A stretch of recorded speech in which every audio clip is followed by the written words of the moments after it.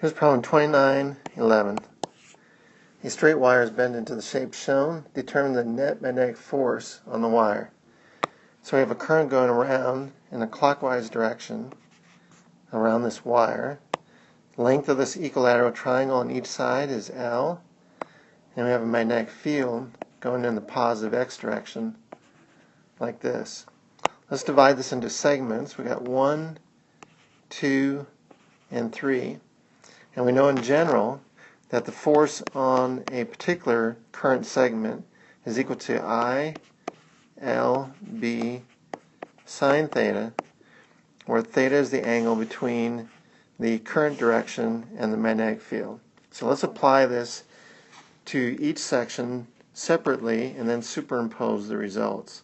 So if we look at segment number 1, we have a current going in the negative I direction, and we have a magnetic field going in the positive I direction. Let's mark this current. So there's an angle of 180 degrees between the two.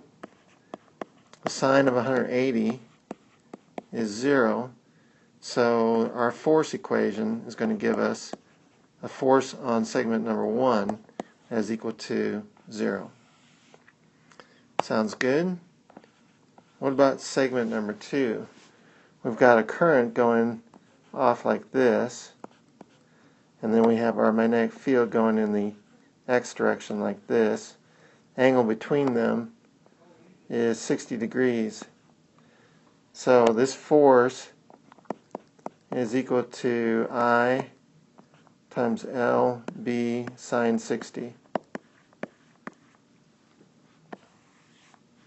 And the direction will be given by the right-hand rule. Point in the direction of the first vector, I, and close on B. So we're going to close this way with your right hand, and your thumb will be pointing into the page. So the direction of this is into the page, probably in the negative Z direction as you would. Alright, so let's look at segment 3. In this one, we have the current coming down like this, in this direction, and if we put the B field with the tails together, our B field is going off to the right like this. Angle between them 60 degrees, and the force is of magnitude I, L, B sine 60, same as the force on segment 2. In this case, the direction of this force is given by the right-hand rule. If you point in the direction of I and close in on B like this, counterclockwise, your thumb will be pointing out of the page. So this one is actually going to be out of the page in the positive Z direction. Well, the magnitude of force 2 equals the magnitude of force 3, and they're in opposite directions. One is going into the page, one is going out of the page.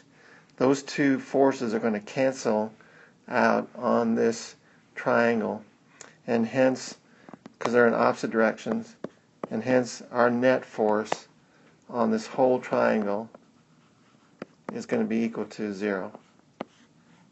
So that's our answer, 0.